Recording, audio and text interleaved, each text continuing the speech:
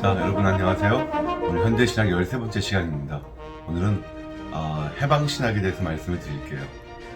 해방신학, 보통 죄라고 하면 인간이 하나님 앞에서 개인으로서, 또 인간이 다른 사람들 앞에서 마찬가지로 개인으로서 짓는 그런 죄나 악을 말하는 것인데, 해방신학은 사회의 죄, 사회의 악에 대해서 다루거든요. 그래서 우리가 좀 놓치고 있었던 그런 부분들일 수 있습니다. 한번 같이 공부를 해보시겠습니다. 오늘 내용도 마찬가지로 1960년대 이야기로 시작이 돼요. 1960년대 후반을 지나면서 그 급진적인 신학들의 그 급진성이 전혀 예기치 않았던 방향으로 흐르기 시작을 해요. 뭐냐면 고전적인 전통신학 그리고 현대신학 모두 주지주의라고 하는, 그러니까 계속 머릿속에서만 어떤 신학적인 접근을 해왔다는 거죠. 여기에 빠져 있었다는 거예요. 그래서 계몽주의적 기독교 비판 1단계인 무신론의 지적 도전, 하나님은 없다, 신은 없다 이렇게 말하는 세상의 도전에 대해서만 관심을 가졌다는 거죠. 그러니까 신의 존재 같은 것에 대해서 지적 논증들이나 하면서 상아탑에 갇혀 있었다. 이것이 비판받았던 부분입니다. 하지만 오히려 계몽주의적 기독교 비판 2단계라고 볼 수 있는 마르크스가 제안한 사회 경제적인 억압 문제, 여기에 대해서도 신학이 답변을 해야 될 것이라는 거죠. 여기에 강조점을 두는 신학입니다. 그래서 억압받는 약자들과 함께 투쟁에 참여함으로써만 하나님의 실제를 발견할 것이다. 결국은 60년대 후반에 지적인 무신론보다는 억압으로부터의 해방이라고 하는 이 새로운 주제에 대한 관심이 많이 증가하기 시작한 것이죠. 그래서 이 신학을 특별히 해방신학이라고 불러요. Liberation Theology. 여기에는 흑인 신학, 그리고 라틴 아메리카의 해방신학, 그리고 여성신학, 이 세 가지가 가장 대표적입니다.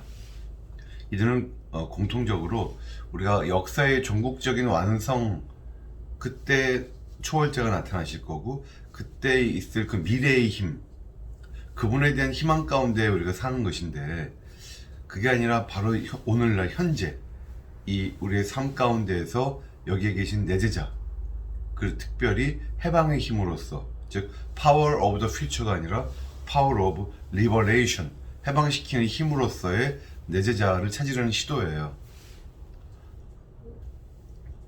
먼저 흑인 해방 신학을 좀 볼게요.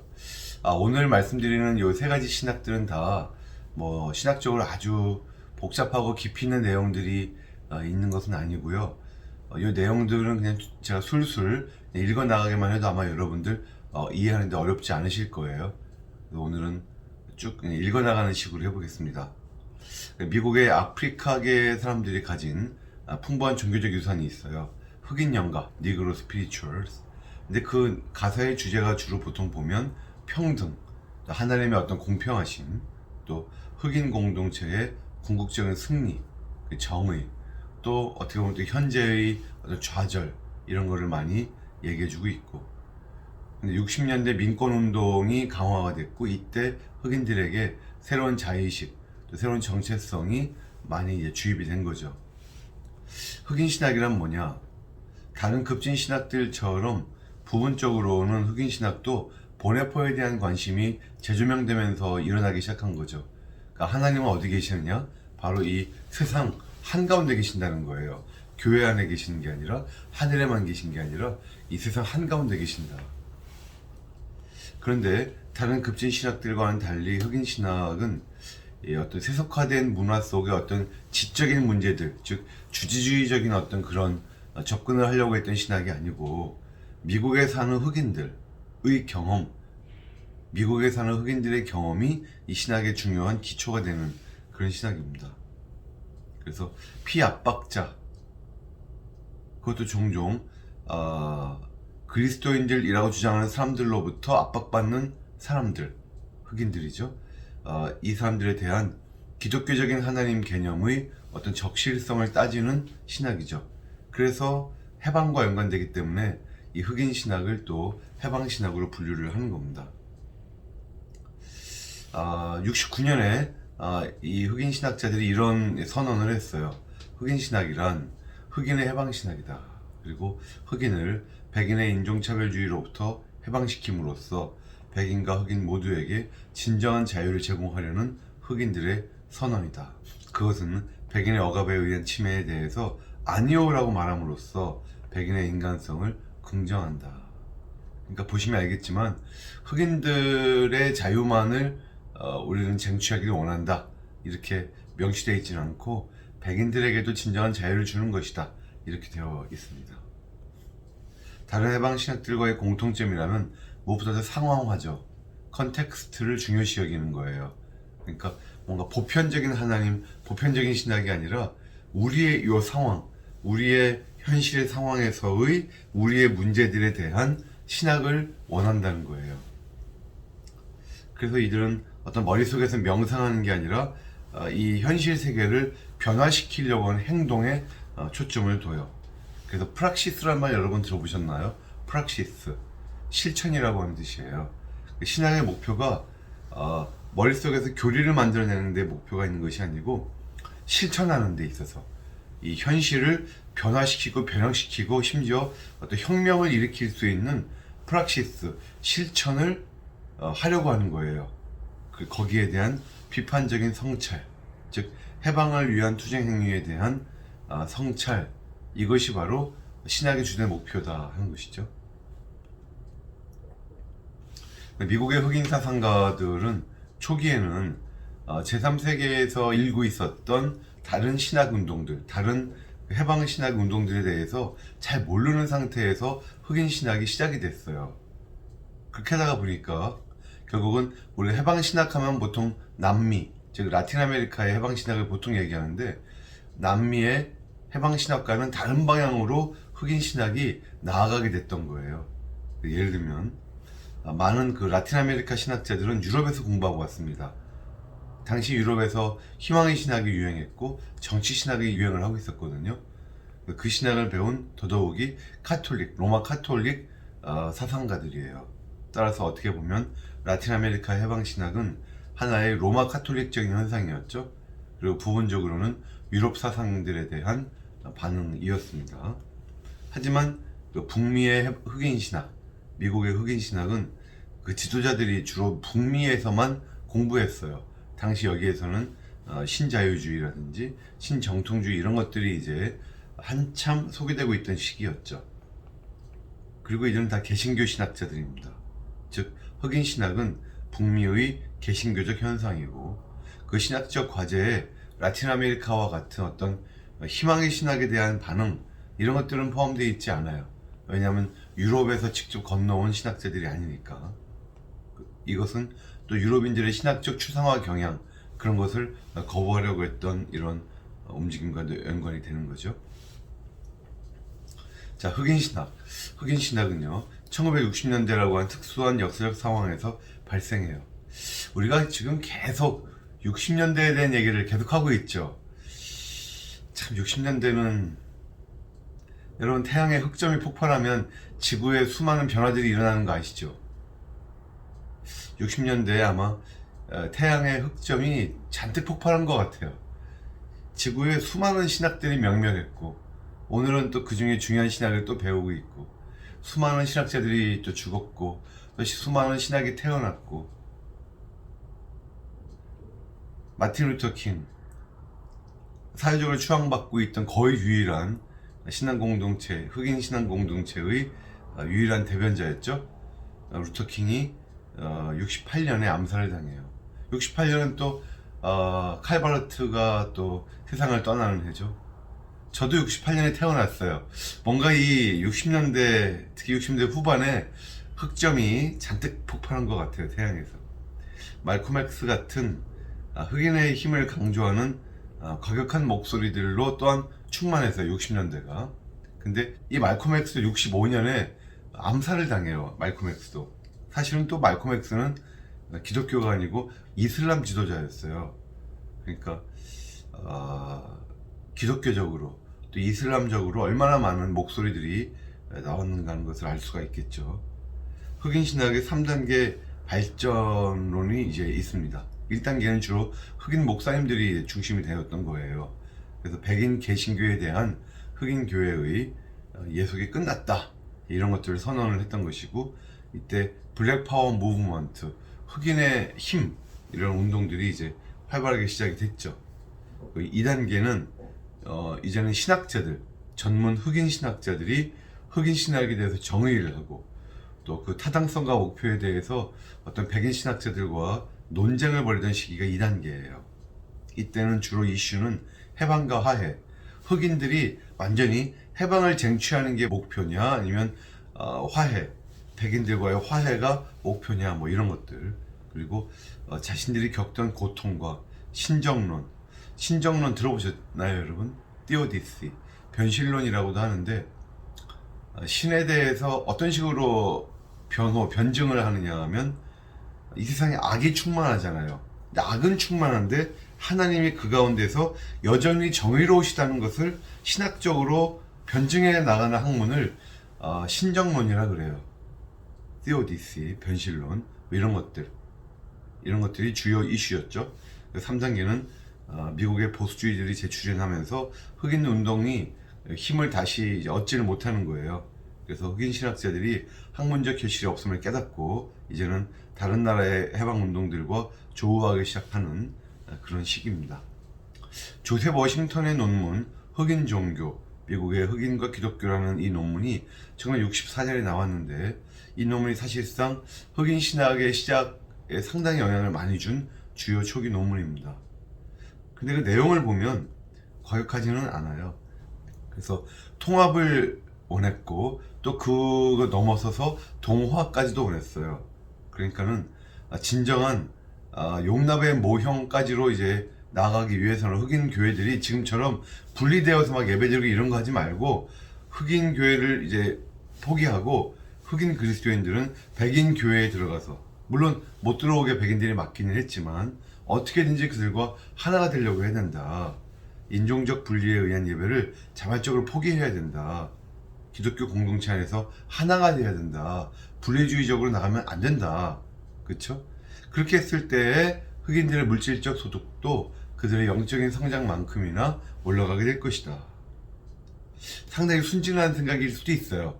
60년대 중반에. 그런데 점점 60년대 후반으로 갈수록 사회적으로 분위기가 안 좋아졌죠. 그래서 워싱턴조차도 60년대 후반에 쓴 자기 책에서는 자신의 낙관론을 이제 포기합니다. 그리고 백인 교회, 또 백인 지도자에 대한 흑인들의 호전성도 증가하게 돼요.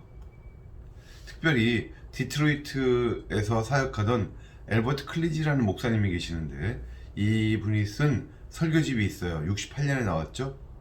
하여간 60년대 후반은 흑점이 많이 터졌다니까요.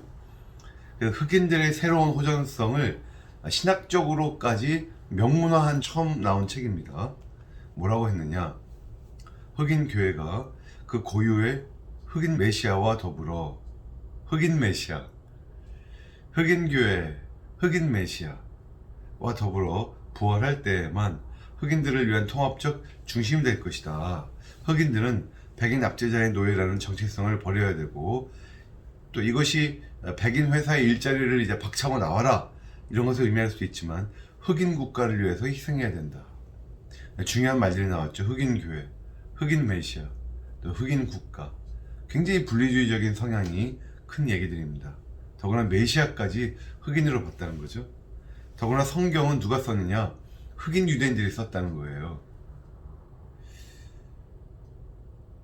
흑인 메시아에 대한 본래 메시지가 있었는데, 그 바울 사도가 유럽 이방인들의 그 취향에 맞게 성경을 순수성을 잃고 그렇게 잘못 썼다, 이렇게 바울 사도까지도 비판을 하고 있어요. 문제가 되게 많죠. 성경을 이런 식으로 본다는 것은 정통 기독교에서 완전히 벗어난 것이기 때문에. 근데 어쨌거나 당시에 그 흑인들의 호전적인 분위기 속에서는 이 책이 굉장히 인기를 얻었던 거예요. 누구도 클리지만큼 흑인 그리스도인들의 정신을 탈식민화하는데 기여하지 못했다. 더구나 이 68년에 이 책이 나오면서 또 마틴 루터 킹 목사가 암살당하고, 그런 분위기가 있었기 때문에 이 책이 더 인기를 얻었던 것이죠. 69년에 흑인 선언이 나옵니다. The Black Manifesto. 클리지가 주축이 되어서 채택되었던 선언인데, 여기에서는 이런 얘기가 나와요. 백인 교회, 또 백인 회당, 또 그 외 여러 인종차별주의적인 여러 기관들이 과거에 흑인들에게 했던 못된 짓 때문에 우리가 배상금을 요구한다는 거예요. 그 당시 돈으로 최소 5억 불, 흑인 한 사람당 15달러에 해당된다는 것이죠. 69년 돈이니까 지금은 이거보다 뭐 얼마나 뛰었을까요? 굉장히 많이 뛰었겠죠. 제임스 포어맨이라는 사람은 당시 주류 백인 교회였던 뉴욕의 그 리버사이드 교회, 거기에 가서 그쪽 복도를 거닐면서 수많은 사람들에게 이 요구 사항들을 공개적으로 선포하면서 하나의 스캔들을 일으켜요. 이것 때문에 주류 교회들이 이 흑인 선언에 대해서 다시 한번 주목하게 되었죠. 하지만 구체적인 조치까지는 취하지는 못했어요. 그리고 이때 이제 흑인 신학에 대해서 어떤 내부적인 균열이 이제 일어납니다. 첫 번째는 목적에 대한 질문이에요.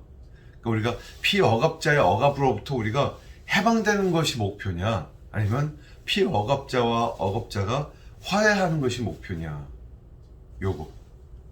두 번째의 그 질문이 뭐였냐면, 우리가 신학을 하되 흑인의 신학이라는 것이 미국 흑인 사회에서 겪는 우리들만의 특정한 경험에만 관심을 두는 신학을 할 것이냐, 아니면 전 세계적인 모든 인간들이 공유하는 어떤 보편적인 억압의 문제, 여기에 대해서 신학을 할 것이냐.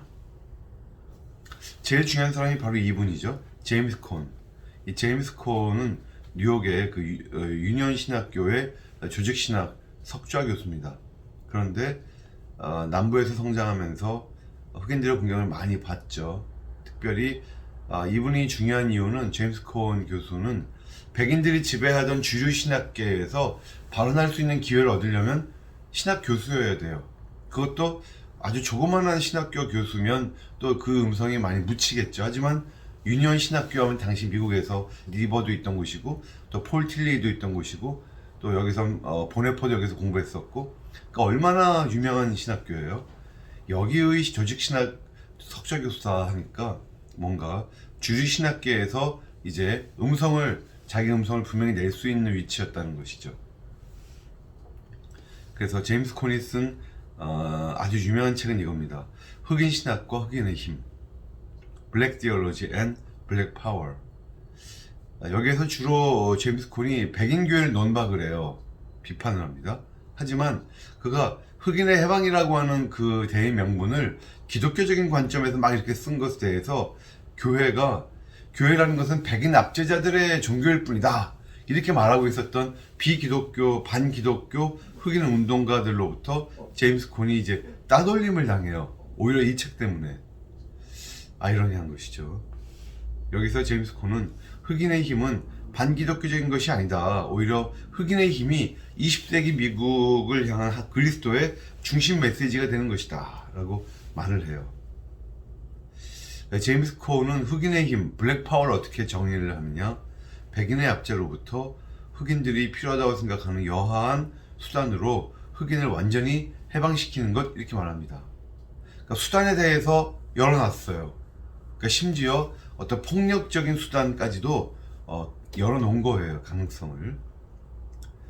그렇다면 흑인이 원하는 자유는 무엇이냐?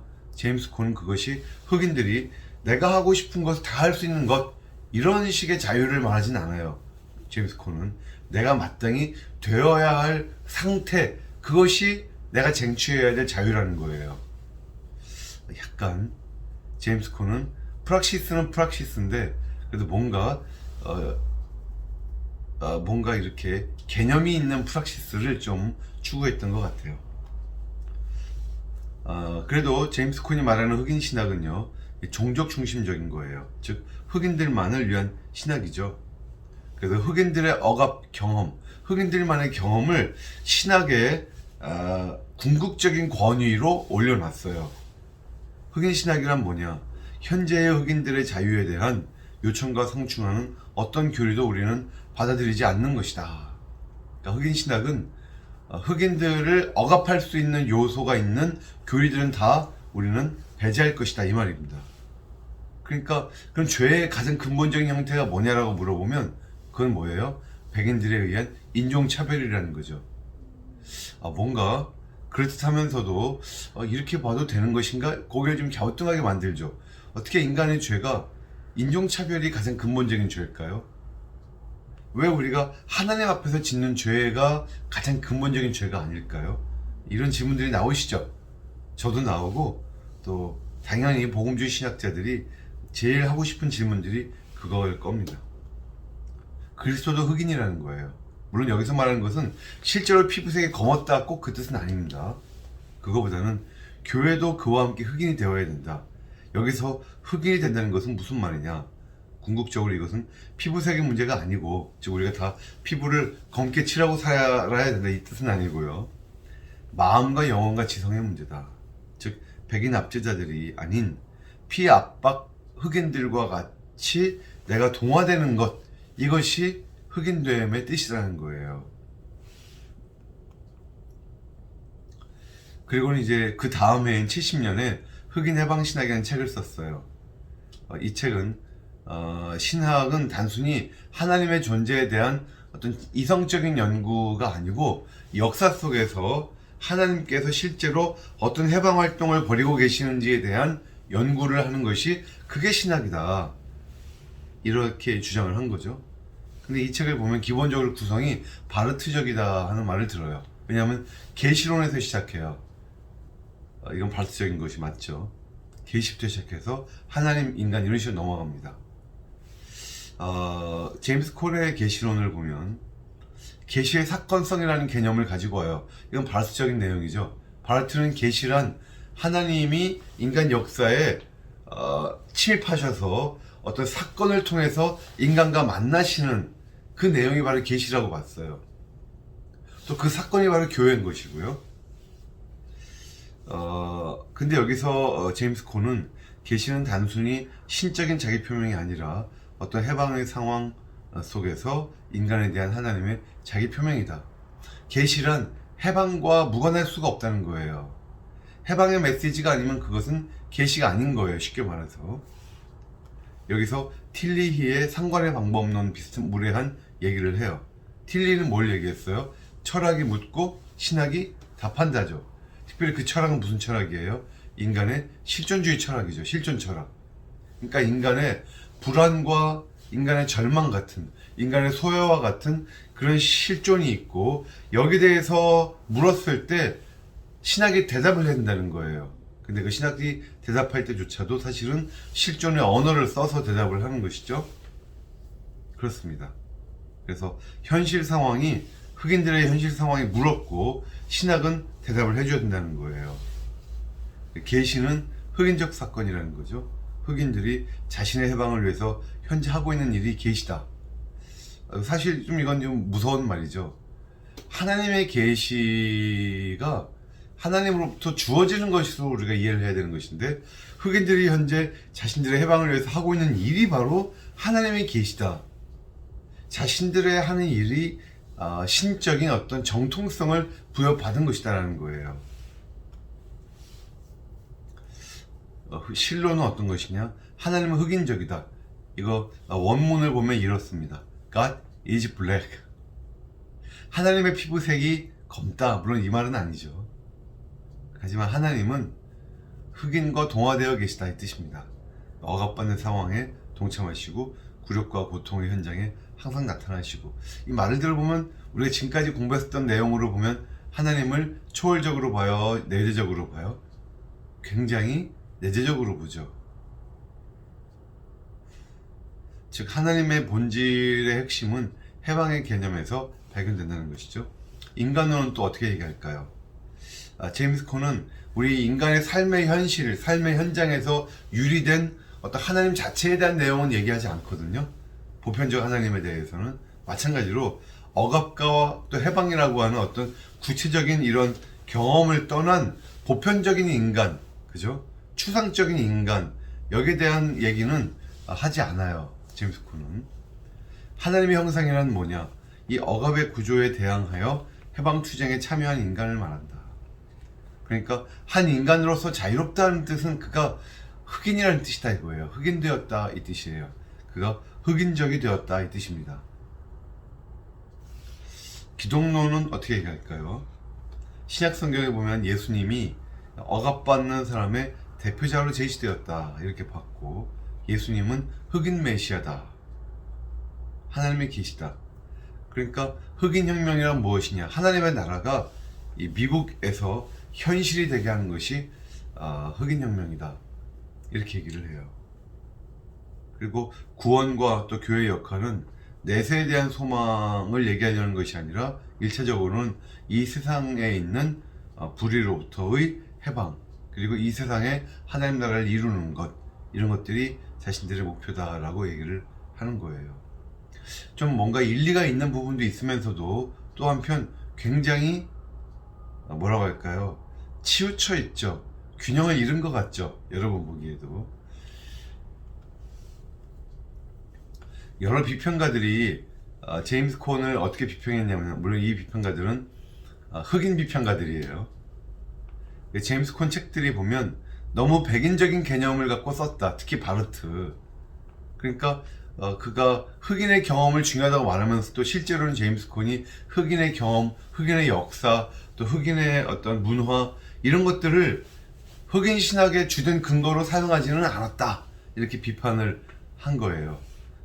콘은 이 비평의 타당성을 인정하면서도 흑인의 경험을 위해서 우리가 바르트의 강조점들 중에서 중요한 것들을 가져와야만 되는 것이다 라고 오히려 반론을 제기하죠. 특별히 복음 메시지에서의 그리스도 중심성, 그리고 예수님, 그리고 하나님에 대한 지식, 그리고 어떤 하나님 말씀의 전파를 위한 근거로서 성경의 탁월성, 그리스도 중심성과 성경의 탁월성은 바르트한테서 갖고 와야만 된다, 이렇게 주장을 했어요.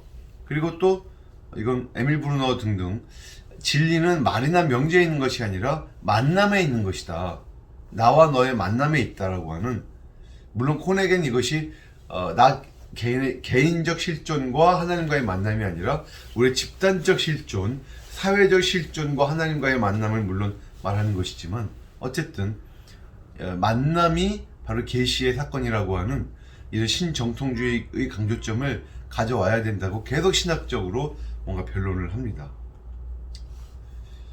조직 신학자답죠. 근데 이제 70년대 이후로는 비평의 요지들을 이제 수용해요. 그래서 흑인의 경험을 신학 과제의 어떤 중요한 근거로 더 심화시키죠. 그리고 다른 해방들과 더 대화를 하면서 점차 복음의 어떤 사회 정치적 국면으로 향해요. 그리고 이전에는 압제자의 도덕성에 호소했던, 인간의 선함에 대해서 가졌던 이런 순진한 마음들이 있었는데, 이걸 이제 버리고 원래부터 당연히 인정했었어야 될 기독교적 죄론, 즉 모든 인간은 전적으로 타락해 있다고 하는, 그죠? 인간의 타락, 인간의 어떤 보편적인 죄론을 인정하는 쪽으로 사상의 전환이 이제 이루어집니다. 콘이 얘기했던 내재성은 이거죠. 억압의 상황 속에 계시는 하나님. 하나님은 항상 역사적 해방의 상황 속에서 우리와 만나신다. 그리고 초월성에 대해서는 어떻게 얘기했을까요? 사신신학자들처럼 초월성을 완전히 버린 건 아니고요. 하지만 세속신학자들처럼 또 어떤 공간적인 초월성에 대해서는 철저히 반박을 해요. 그래서 콘이 얘기하는 초월성은 뭐냐? 한번 보세요. 해방을 위한 투쟁에 참여하는 하나님의 실제가 어떤 특정한 인간의 해방 경험에만 국한되지는 않음을 의미한다. 그러니까 제임스 콘이 말하는 하나님의 초월성은 뭐냐? 이 흑인 해방 신학, 흑인의 해방을 위한 요 신학에만 하나님 여기만 계시는 것이 아니라 하나님은 다른 나라, 다른 사회에서도 해방에 관여하신다. 여기저기서. 이것이 하나님의 초월성이라는 거예요. 우리가 봐가지고는 너무 빈약하죠. 너무 빈약해요. 겨우 그런 걸 갖고 하나님 초월성이라고 얘기할 수 있을까? 그래서 흑인 해방 신학에 대한 비판을 세 가지로 요약해 볼 수 있다 그러면, 첫 번째는 흑인 신학의 인종 중심성이에요. 그러니까 원래 60년대 이전까지만 해도 신학자들은요, 보수주의건 뭐 신정통주의건 자유주의건 간에 신학을 어떤 보편적인 차원에서 추구를 하는 거예요. 모든 인류를 위한 신학. 그런데 흑인 신학은 뭐예요? 흑인에 의한, 흑인을 위한, 흑인의 신학이잖아요. 그러니까 잘 인정을 못 받는 부분이 있죠. 그리고 흑인 신학은 인간의 경험을 신학의 규범으로 삼아요.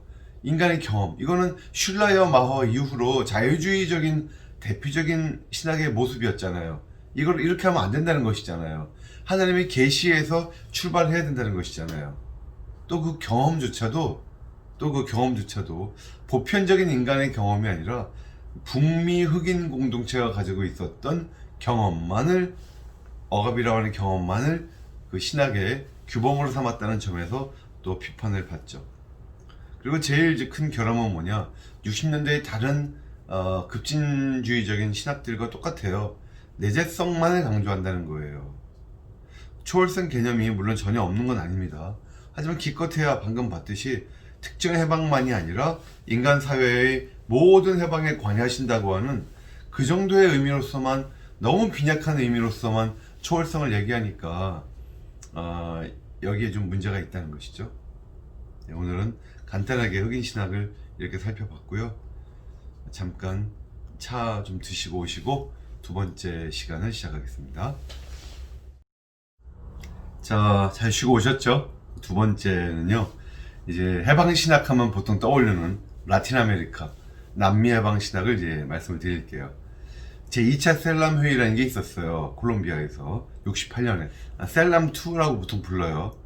이 셀람2가 해방신학의 진정한 기원이다, 비기닝이다, 이렇게 얘기를 해요. 남미의 그 주교들이 잔뜩 여기에 모였어요. 모여서 어떤 결론을 내렸느냐. 교회가 라틴 아메리카 정권들과 맺고 있었던 전통적인 동맹 관계가 이것이 아주 악한 것이라는 거예요. 정죄한 것이죠.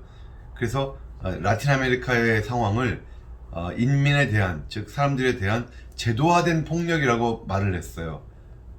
어떤 제도를 만들어 놓고 폭력을 행사했다는 것이죠. 그래서 셀람2의 결론은, 선언문은 전 세계에 충격을 주었습니다. 또 71년에 페루의 신부 신학교수였던 구스타보 구티에레즈, 오늘 굉장히 많이 나올 인물인데, 이 구티에레즈가 썼던 해방신학이라는 책이 있어요. 이 책 때문에 또 더 불이 붙었죠. 그리고 이제 셀람3가 79년에 멕시코 푸에블라에서 열렸는데, 많은 교회 지도자들은 셀람2가 너무 급진적이었으니까 조금 균형을 맞춰주기를 바랬어요.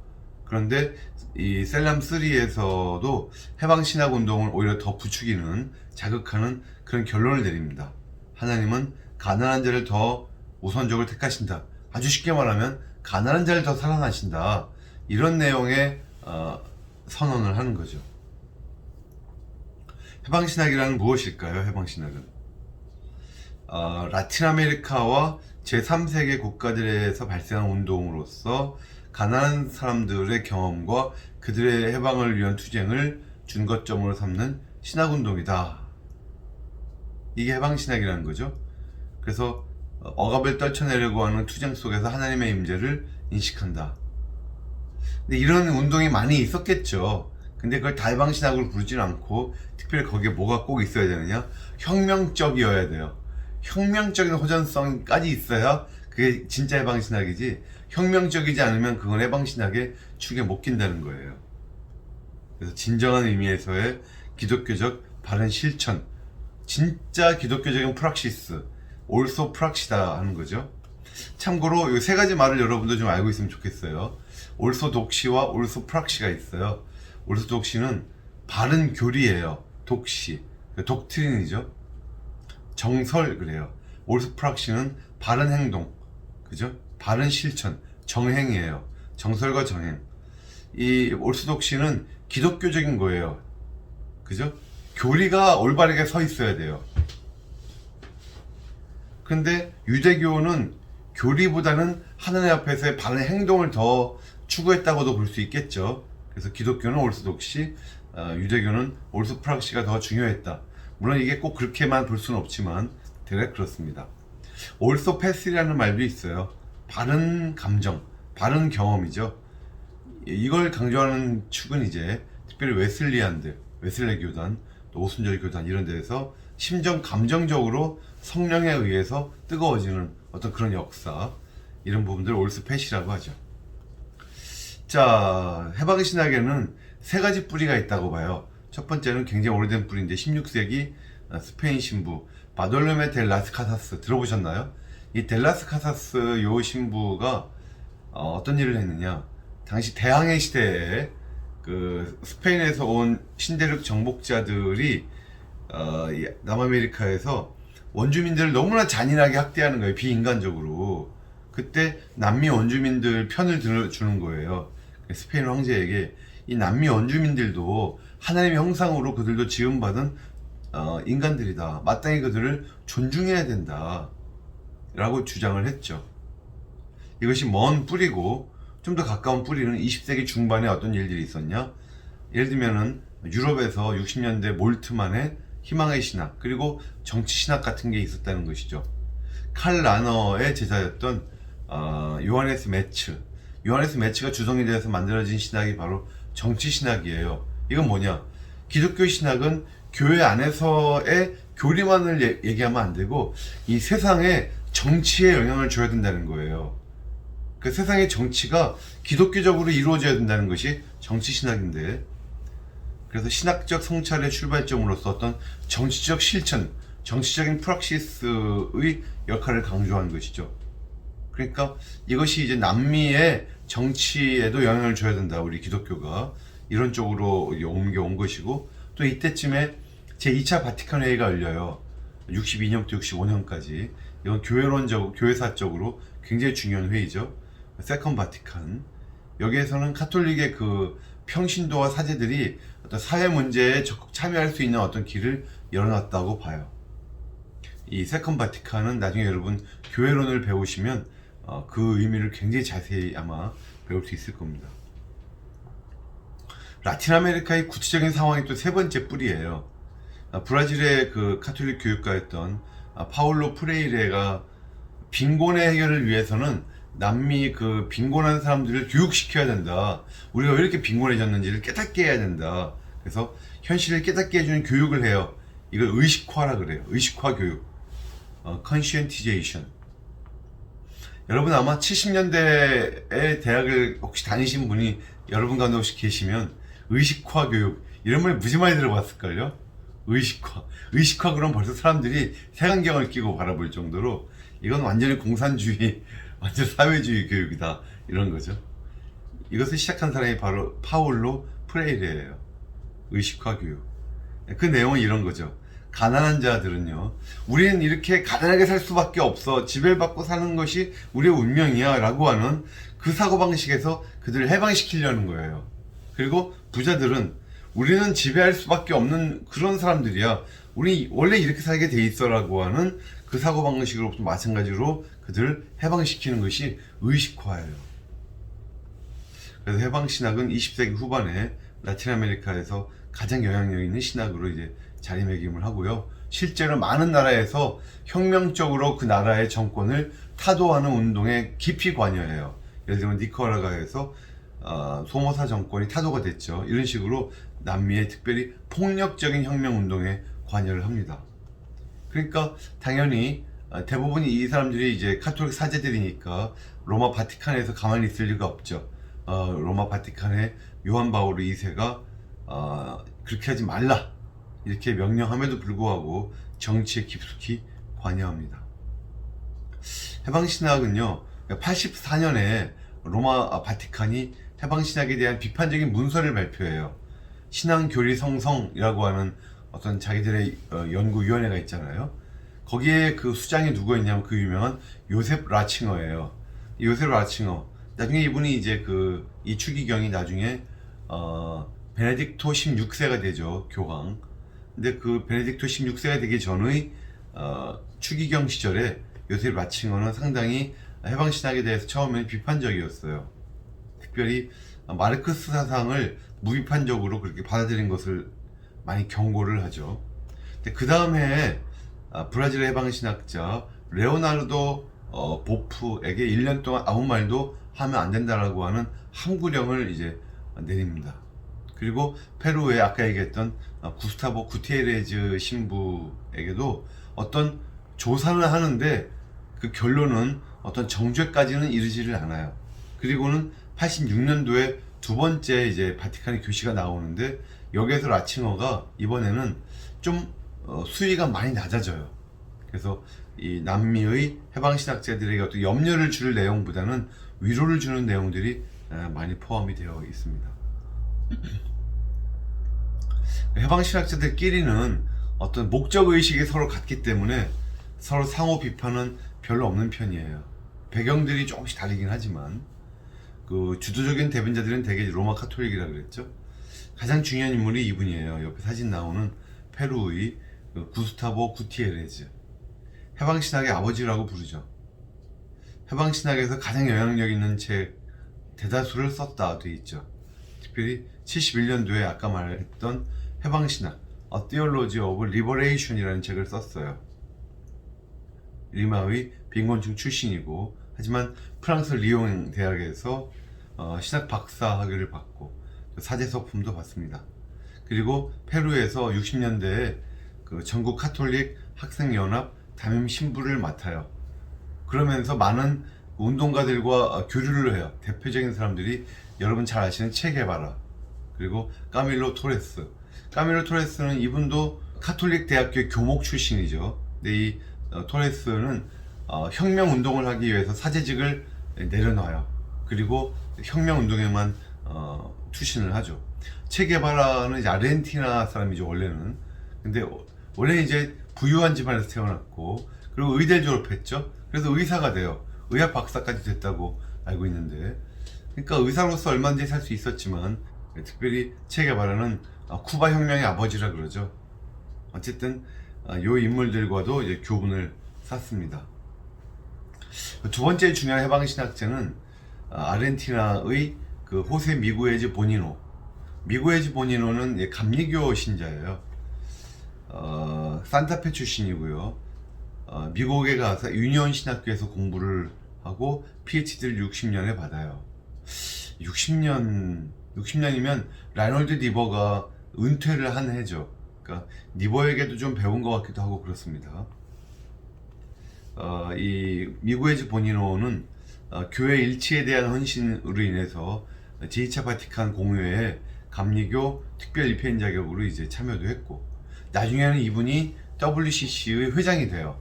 그러니까 WCC 회장이 해방신학자다, 이걸 보면 여러분 아시겠지만 WCC의 분위기가 어떤 식으로 이제 흘러가고 있었는지를 좀 우리가 감을 잡을 수 있겠죠. 마르크스주의 그 사회 분석의 기독교적 이용을 적극 옹호했고요. 이런 얘기를 했죠. 기독교인도 마르크스주의자가 될 수 있다. 그리고 심지어 마르크스주의자도 기독교인이 될 수가 있다. 오늘날 보수적인 또는 복음주의적인 신자들이 들었을 때 고개를 상당히 갸우뚱하게 만드는 얘기를 한 것이죠. 구티에르즈는 카톨릭이었고 이 미구에즈 보니노는 감리교였죠.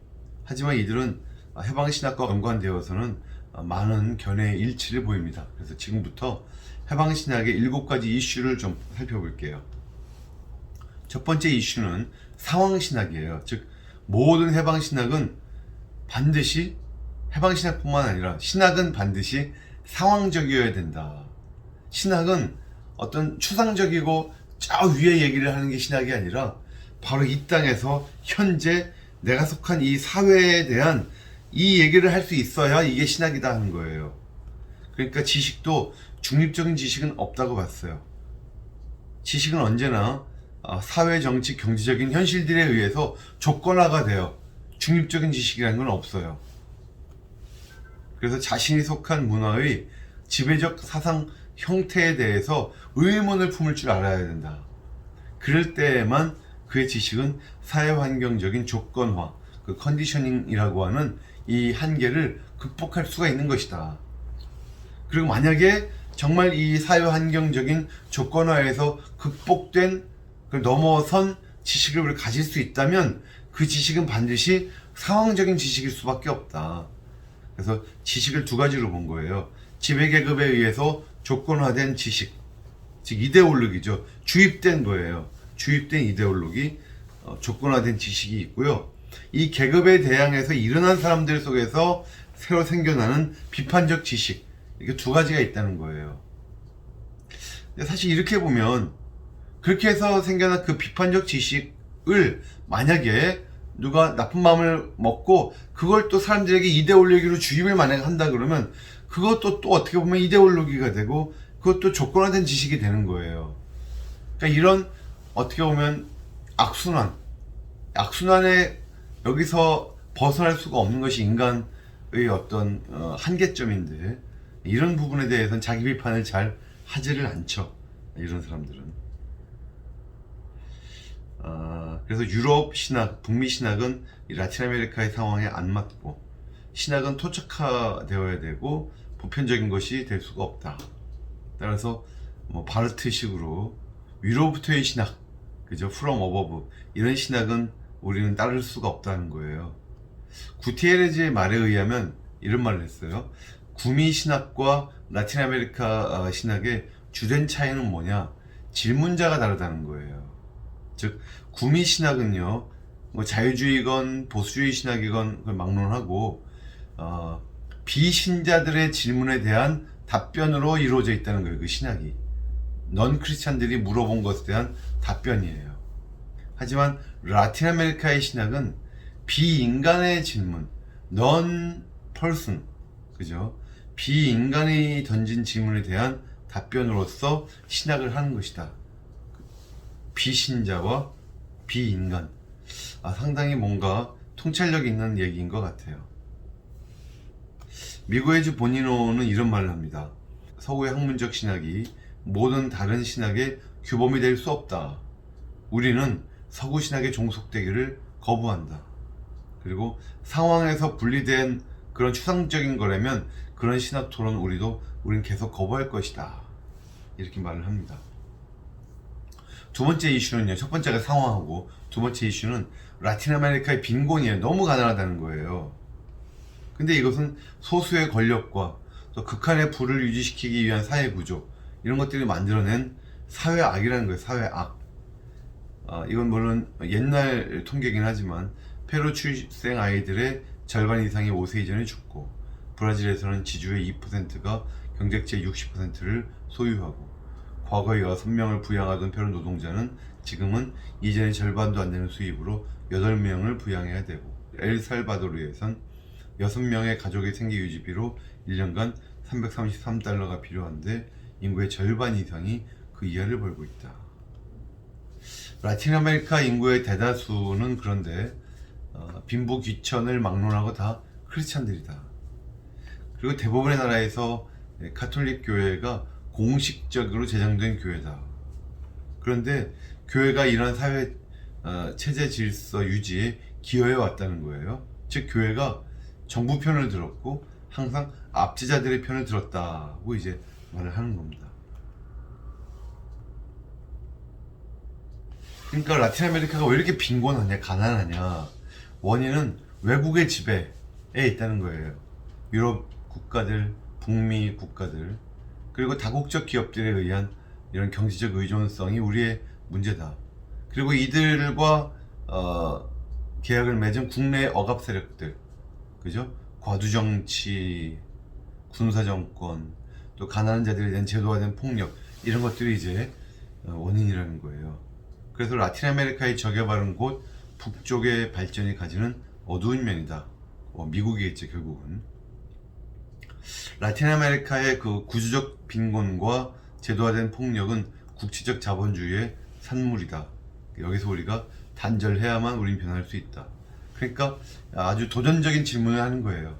교회의 선택은요, 이 정치에 개입할 거냐 말 거냐가 아니라는 거예요. 어느 편에 설 거냐가 바로 교회의 선택이라는 거죠.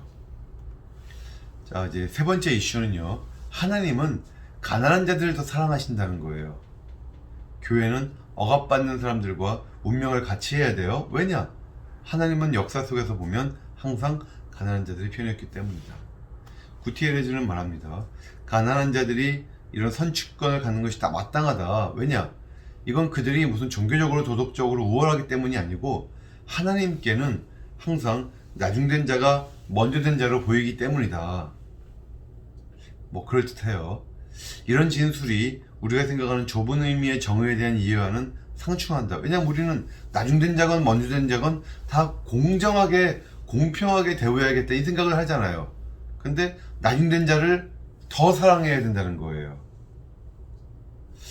이것은 바로 우리에게 하나님의 길은 우리의 길과 다르다는 것을 일깨워주는 것이다. 이사야 55장에 나오는 그 내용 같은데요. 근데 이것은 이제 구원과 관련된 문제라기보다는 하나님이 모든 사람을 사랑하긴 하시지만 가난한 자들과 동화하고 그들에게 자신을 계시하고 특별한 방법으로 그들 편을 드신다는 거예요. 그래서 교회가 가난한 자들 편에 서야 한다는 것은 바티칸에서도 지지하는 바죠. 근데 그것이 구체적으로 어떤 부적 혁명을 말하는 것인지 아니면 어떤 이 가난한 자들과의 연대 정도를 말하는 것인지는 좀 불분명하다. 다양한 의견들이 있다 하는 것이죠. 네 번째는요, 프락시스, 실천에 대한 비판적인 성찰로서의 신학이에요. 구티에레즈가 말합니다. 신학은 하나님의 아주 유명한 말이에요. 하나님의 말씀의 빛 안에서 기독교적 프락시스를 비판적으로 성찰하는 것이다. 신학의 정의와도 같은 것이에요. 신학은 하나님의 말씀의 빛 안에서 기독교적 프락시스를 비판적으로 성찰하는 것이다. 이 말이 많은 해방신학자들에게 유행이 됐어요. 신학은 결국은 프락시스가 우선돼야 된다는 거예요. 그래서 이 말을 이렇게도 우리가 정리해 볼 수 있어요. 이론적인 성찰, 올소독시죠. 올소독시. 이건요 2차적인 행위고요. 우리의 1차적인 신학적인 행위는 뭐여야 되느냐? 올바른 실천이라는 거예요. 프락시스, 올소프락시. 올소프락시가 올소독시보다 앞선다는 것이죠.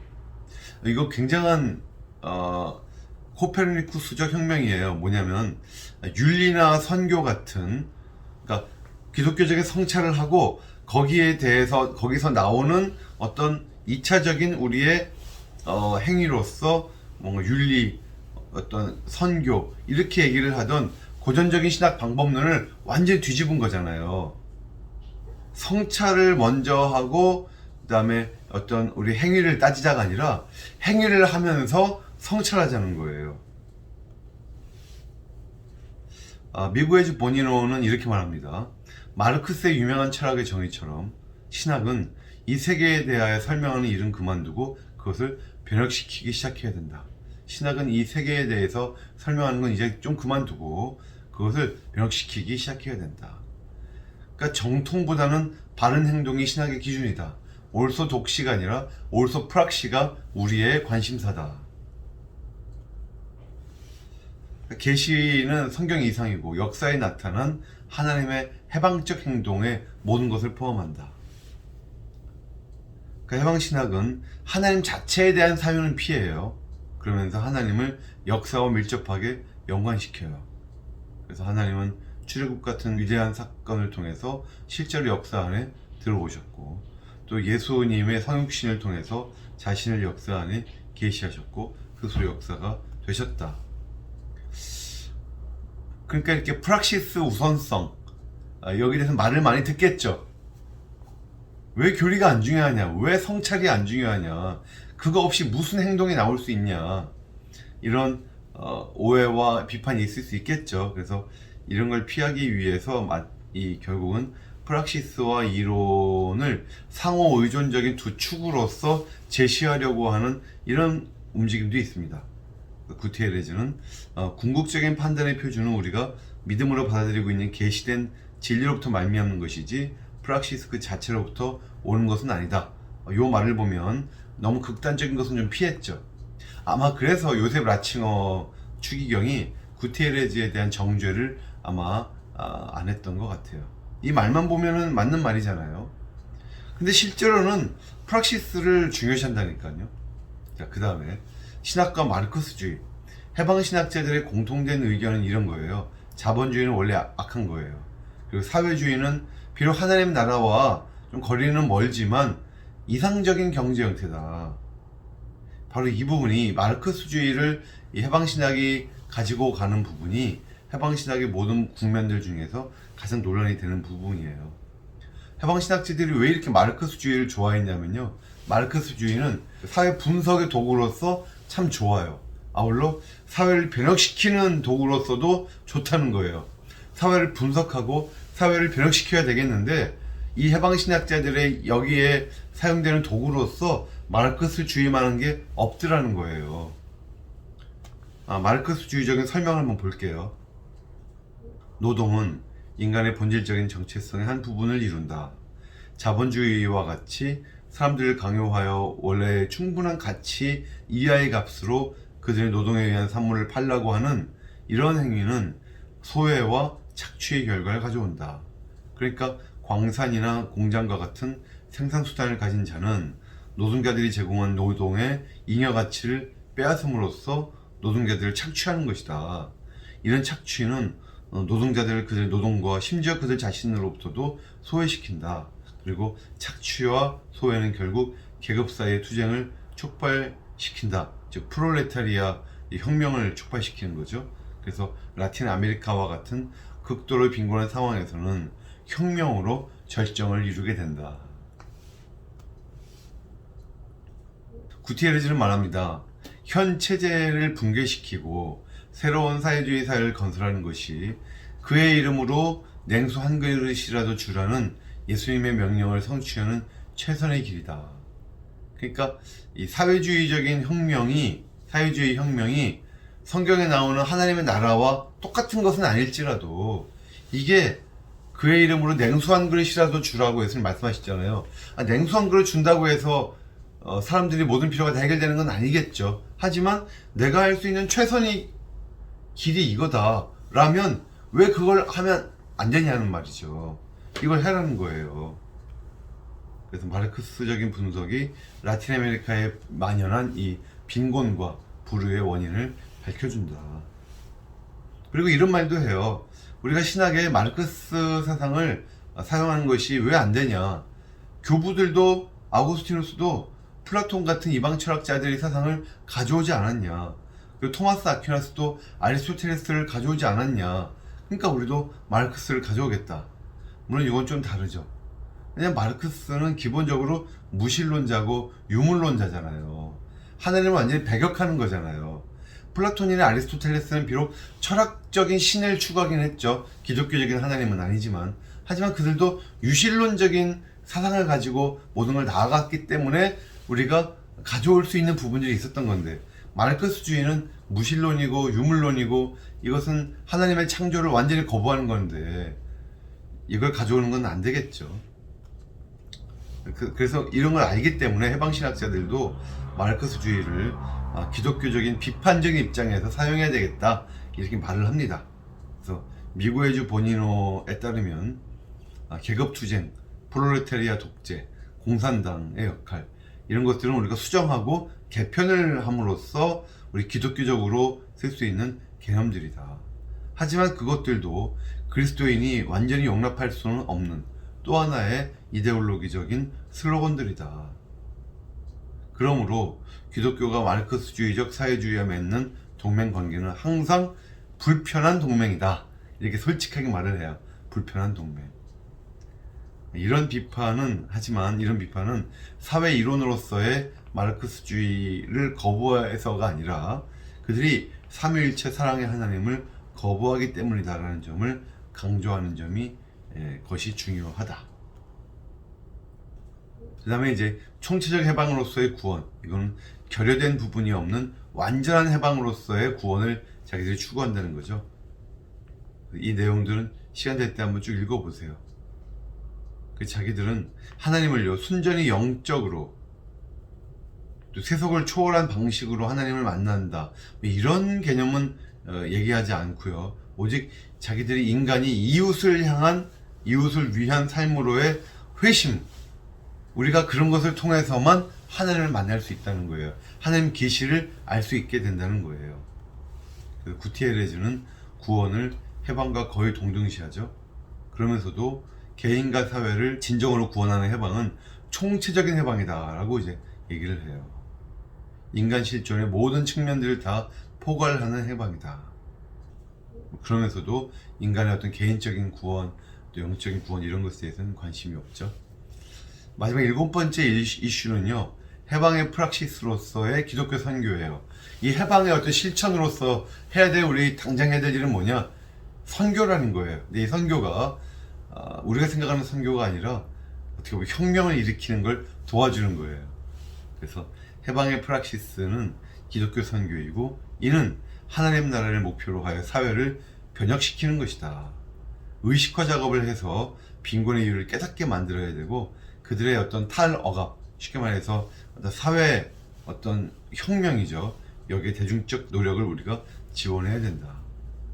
하나님 나라는 하나님이 시간에 종말해 주실 선물이고, 그때 총체적 해방이 일어날 것은 맞다. 하지만 교회는 그 전에 역사 안에 있을 때 하나님 나라의 성장을 촉진시킬 의무가 있다. 우리에게는 정의로운 사회를 건설해 나갈 의무가 있다. 그런 명령을 우리는 부여받았다. 따라서 정의로운 사회를 구현하기 위한, 건설하기 위한 어떠한 노력도 우린 해방적인 것으로 받아들인다. 이렇게 하니까 좀 이런 질문이 나올 수 있겠죠. 그럼 그 노력에 폭력도 포함되느냐? 폭력도 선교이냐? 여기에 대한 답변이 이겁니다.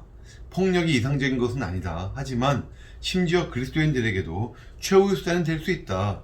그래서 미고에즈 보니노는 폭력을 필요하고로 와요. 어쩔 수 없이 필요하면 해야 된다는 거죠. 하지만 그럼에도 비폭력을 선호하죠. 구티에르즈도 혁명을 선호하진 않아요. 하지만 구티에르즈는 체게바라나 아니면 까밀로 토레스 같은 사람들을 비판하는 것은 용납하지 않습니다. 압제자의 폭력은 옳고 피압제자의 폭력은 그르다, 이렇게 말할 수 없다는 거예요. 근데 이건 예수님의 말씀하고 다르잖아요. 내 오른쪽 뺨을 치면 왼쪽 뺨을 돌려대라는 거잖아요. 나한테서 뭘 뺏어가는 자에게 원수를 갚는 것이 아니라 오히려 그를 용서하라는 거잖아요. 자, 이제 비판적 평가를 볼게요. 긍정적인 부분도 있어요. 라틴 아메리카의 고통받는 사람들에 대한 공경을 서구의 기독교 사회가 알게 도와줬다는 거죠. 선지자의 모습으로 무관심과 또 불의의 문제를 고발했고, 사람들에게 용기도 주고 희망도 줬어요. 하지만 부정적인 부분은 어떤 것이냐? 첫 번째, 이건 아까 흑인 신학에서 나왔던 얘기인데요. 어떻게 신학이 전적으로 상황적일 수 있냐 이거예요. 완전히 상황화된 신학은 오히려 문제가 있을 수 있어요. 보세요. 남아프리카 공화국에 보면 거기에 인종차별 정책이 아파르테이트라는 게 있어요. 여러분 혹시 들어보셨나요? 아파르테이트? 아주 쉽게 말해서 세계에서 유례를 찾기 없는 엄청난 인종차별주의 정책이 사실상 교회 주도로 이루어지고 있어요. 왜냐하면 남아프리카 공화국은 옛날 네덜란드의 그 켈빈 후손들, 개혁주의 교회 사람들이 남아프리카에 와서 정착하면서 살았는데, 남아프리카의 이 개혁주의 교회 사람들이 자신들의 백인들의 나라를 만들고 싶어 했고, 흑인들은 쫓아내고 싶어 했어요. 그래서 흑인들에게 엄청난 부자유를 선사하는, 이 인종을 엄청나게 차별하는 법안들을 굉장히 많이 만들어요. 교회 주도로. 그러니까 그런데 남아프리카의 자신들의 상황에 적합한 신학을 했다고 볼 수 있을까요? 만약 그렇게 볼 수 있다 그러면 이게 말이 되냔 말이죠. 또 라틴 아메리카 빈곤의 원인이 전적으로 서구 국가들과 기업들 때문일까요? 정말 그 특정 국가들의 내부적 문제는 없는 걸까요? 남미 정부들이 그 경제정책을 했는데 그 실패한 데도 책임이 어느 정도 있는 것이 아닌가 하는 것이죠. 세 번째는 하나님이 가난한 자들을 편애하신다는 주장이 과연 이게 맞는 것이냐, 성경적으로, 신학적으로. 만약 이게 맞다면 우리가 하나님 모든 백성들을 다 섬기라고 하는 그런 명령을 받고 사역하는 우리들로서는 불성실하게 만드는 거예요. 가진 자에 대해서는 전도도 안 해요. 없는 자만 전도해요. 쉽게 말하면. 이게 말이 되냐는 거죠. 그러니까 분명히 심령이 가난한 자는 복이 있나니 그러셨지만, 주머니가 가난한 자는 복이 있나니, 과연 그럴까요? 잠언을 봐도 재물은 하나님의 복으로 주어지는 게 맞아요. 또 그러면서 또 한편 가지지 못한 가난한 자들에 대한 복도 말씀하시거든요. 그러니까 가난한 것도 가지지 못한 것도 복이고 가진 것도 복이에요. 가지고 가지지 못하는 것 그 자체를 가지고 복을 받았냐 못 받았냐를 따질 수는 없다는 건데, 하나님이 과연 가지지 못한 자들을 편애하신다라고 하는 사상이 맞는 것이냐. 또한 마르크스주의가 기초하는 무신론적 역사관을 긍정하지 않으면서 어떻게 그 사회 분석적인 기능만, 사회 변혁적인 프로그램만 가져올 수 있겠냐. 예를 들면 인간 소외의 경제적 원인, 이걸 따지려면 결국 그걸 마르크스적으로 이해하려면 그와 분리될 수 없는 게 마르크스주의적인 인간관인데, 그 인간관에 따르면 마르크스는 인간을 어떤 신적인 피조물로 보는 것이 아니라 노동을 통한 자기 창조적인 산물로 본단 말이죠. 그러니까 결국은 유물론과 부딪힐 수밖에 없고 이 무신론과 부딪힐 수밖에 없는 것인데, 왜 마르크스주의를 우리가 기독교인이 가져올 수 있다고 말을 하고 있는 것이냐. 이게 얼마나 위험한 생각이냐. 그리고 가장 위험한 이유는 이거예요. 이론과 성찰을 과연 프락시스에 대해서 2차적으로 두는 것이 맞냐. 예를 들면 우리가 이것이 바른 프락시스다 라고 말을 할 때, 그럼 벌써 거기에 그 프락시스가 맞다고 하는 어떤 이론적인 게 벌써 전제가 된 거잖아요. 깔린 거잖아요, 그 밑에. 그러니까 우리가 바른 프락시스라고 말하려면 벌써 궁극적으로 바른 이론이 뭔가에 대한 성찰이 먼저 있어야 된다는 거죠. 그러니까 올소 프락시스가 올소 독시에 먼저 앞선다 라고 말하는 건 말장난이라는 거예요. 말도 안 된다는 거예요. 그러니까 우리가 이거는 바른 프락시스고 저거는 올바르지 못한 프락시스다 라고 하는 것을 생각을 할 때 먼저 그 전제적으로 대주적으로, 그러니까 여기에 대한 전이해가 우리에게 있어야 한다는 것인데, 이 전이해가 곧 신학적 성찰이죠. 따라서 구티에르제의 그 신학 방법론은 순서가 바뀌어야 된다는 거예요. 결국은 성찰이 먼저예요. 그런데 만약에 그렇다면 성경적인 성찰이 없었잖아요. 이 기본적으로 이 해방신학에는. 만약에 우리의 전이해가 그러면 성경에서 유래된 전이해가 아닌 전이해를 가지고 우리가 만약에 올소 프락시스를 했던 거라면, 그럼 도대체 그 올소 독시, 그러니까 그 성찰은 어떤 특정한 인간이나 특정한 사상이 만들어 놓은 이데올로기적 사상 아니겠냐. 그러니까 되게 이게 웃기는 거예요. 그거 가지고 올소 프락시를 얘기해 놓고는 여기 대해서 성경에서 우리 말을 서포트 해줄 수 있는 것만 막 가지고 오는 거예요. 서포트 못 해주는 건 버리고. 이게 무슨 신학이냐는 거예요. 하나님과 인간과의 관계를 보는 것도 아주 모호해요. 그래서 하나님의 초월성을 긍정하죠. 또 개인이 회개하고 믿음 가져야 된다, 이런 것을 말로는 하는데 실제로 그들의 프락시스는 이런 것을 전혀 중요하게 여기질 않아요. 오직 이웃을 향한 해방적인 행동만이 중요한 거예요. 그죠? 그래서 구티에르즈나 그의 지지자들은 이런 말 들으면 싫어하지만, 구티에르즈는 은혜, 천국, 종말론적인 하나님의 나라, 예수님을 통한 하나님과 인격적인 관계, 이런 것들이 가지는 초월적인 내용들을, 차원들을 거의 완전히 무시하거든요. 그러니까 이 사람들이 결국은 뭐냐? 사실상 세속신학인 거예요. 이 세상 속에서의 거기 계시는 하나님, 거기 계시는 그리스도를 추구하는 거예요. 이들은 세속신학자들이에요. 그러니까 그들의 신학적 환원주의의 문제점을 우리가 생각한다 그러면, 이들이 말하는 하나님은요 결국 해방의 능력이에요. 그냥 이들이 말하는 구원, 그거는 가난한 자들을 위한 사회적 활동의 참여를 위한 어떤 암호에 불과한 거예요. 암호, 사이퍼에 불과한 거예요. 그러니까 이게 해방신학은 해방운동을 하기 위해서 기독교적인 것들을 붙여놓은 것이지, 기독교적인 것이 다 떨어져 나가도 해방운동에 아무런 지장이 없는 거예요, 사실상. 그런데 구티에르즈가 이런 말을 했어요. 그렇다면 당신이 가난한 자들을 사랑한다고 말씀하시는 건가요? 한번 이름을 대보세요.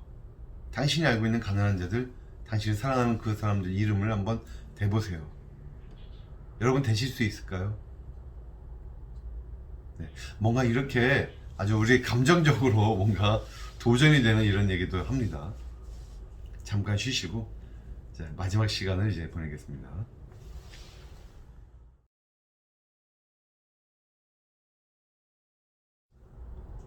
자, 잘 쉬고 오셨죠? 마지막은 여성신학입니다. 자, 좀 빨리 진행할게요. 내용들이 많네요. 여성신학. 어떤 사람이 페미니스트가 되면 될수록 교회 나가기가 점점 어려워진다 그래요. 심지어 이 여성교회, 여성신학하는 사람들의 그 모임에 가면 성경의 가부장적인 본문들을 막 찾아내가지고 귀신아 나가라! 귀신아 물러가라! 예를 들면 이런 식으로 악귀를 쫓아내는 정말 상상하기 어려운 성경 본문에서 엑소시즘을 한다니까요. 구마의식을. 그런 극단적인 사람도 있을 정도예요. 하나님 아버지가 아니라 하나님 아버지 그리고 하나님 어머니를 같이 이제 기도해요. 심지어 십자가에 달린 여자 그리스도, 크리스타죠. 크리스타상이 어떤 뉴욕에 보면 그 성공의 성당에 이렇게 걸려 있기도 합니다. 자세히 보면 여자예요. 여성신학의 역사는요, 여성신학도 1960년대에 태동이 됐는데 이것도 한 100년 전 정도로 돌아가요. 남북전쟁 직전에 노예해방운동이 심했잖아요. 그때 일부 행동주의자들이 노예해방을 위한 성경의 근거가 곧 여권신장 문제와 같은 기초다, 같은 성경적 기초다라는 어떤 그런 것을 인식을 했다는 거예요. 그래서 1920년에 미국 헌법에서 여성 참정권을 허용하는 19번째 수정안이 통과가 되죠. 그리고 60년대 초에는 여성지휘위원회가 설치가 되고 그 60년대에 이제 베티 프리덴 같은 여러 운동가들이 운동을 이제 펼친다는 거죠. 자, 여성신학, 20세기 말의 여성신학이 흑인신학, 라틴아메리카 해방신학과 뭐가 유사하냐? 마찬가지로 억압의 상황에서 출발하고 또 프락시스를 귀중하게 여기고 또 죄와 구원에 대한 사회 정치적 국면의 초점을 둬요. 그러니까 한 개인의 죄, 개인의 구원이 아니라 사회적인 또 정치적인 어떤 이런 그들의 죄, 그들의 악, 그들의 구원 이런 문제. 그래서 철학보다는 사회학적 범주가 더 많이 쓰이고, 하지만 가장 중요한 탄압이 뭐냐에 대해서는 좀 의견이 갈리죠. 라틴 아메리카에서 뭐가 가장 중요한 억압이었어요? 바로 강요된 빈곤이었죠. 여성신학에서는 성차별이에요. 섹시즘. 더 구체적으로는 가부장제예요. 페이트리아키. 뭐 흑인신학에서는, 흑인해방신학에서는 인종차별이겠죠. 여성신학이란 뭘까요? 파멜라 디키영은 4가지의 근본 주제를 말하고 한 가지 더 포함시키면 다음과 같습니다. 전통적인 기독교 신학은 가부장적이에요. 그리고 여성의 경험을 무시해왔고, 이런 신학의 가부장적 성격은 여성들에게 해로운 결과를 가져왔고, 따라서 우리 여성들도 신학을 공부하고 신학자가 돼야 된다. 그리고 신학적 과업의 그 남성들과 동등한 형성자들이 돼야 되겠다. 그리고 여성들의 경험이 모든 기독교 신학의 근거와 규범이 돼야 된다. 흑인 신학자들은 북미 흑인들의 상황, 경험, 그죠? 라틴 아메리카의 신학자들은 라틴 아메리카의 피압박자들의 경험. 그리고 여성 신학자들은 여성들의, 특별히 북미의 여성들의 어떤 이런 경험이 기독교 신학의 근거와 규범이 된다. 다 우리가 봐가지고는 그들을 뭔가 동정하고 우리 정통 기독교가 뭔가 그들로 인하여 바뀔 부분이 있는 건 인정하겠는데, 그들의 상황 자체가 신학의 근거와 규범이 된다고 하는 것은 동의하기 어렵죠. 맞습니다. 네, 이들 사이에도 세부적인 의견 차이는 있어요. 기존 교회 계속 남으면서 교회를 개혁할 것인지, 아니면 아예 여성 교회를 차리고 나갈 것인지 말이죠. 흑인 교회처럼. 그리고 성경과 교회 전통의 권위는 어느 정도까지 인정할 것이냐, 뒤에서 다시 다루겠습니다. 페미니즘이라는 용어 자체 뜻이 여러분 뭐라고 생각하세요? 이게 처음에 나왔던 의미와는 달리 점점 지금은 좁아지고 있고 약간 편협되어 가고 있다는 느낌 여러분 혹시 받으시나요? 초창기에는 남녀 평등이었어요. 너무 남성 우월주의 말고 여자도 평등하게 대우해달라, 이게 페미니즘이었어요. 그죠? 그러니까 남녀 평등을 주장하는 교인이 있으면 그 사람이 페미니스트였어요. 그게 성경적 페미니즘이고 그 사람은 기독교적 페미니스트였단 말이죠. 지금은 달라요. 지금은 기독교 여성 신학은요, 신학의 기초와 그 모든 신조 자체를 다 여성 중심적으로 바꾸려고 그래요.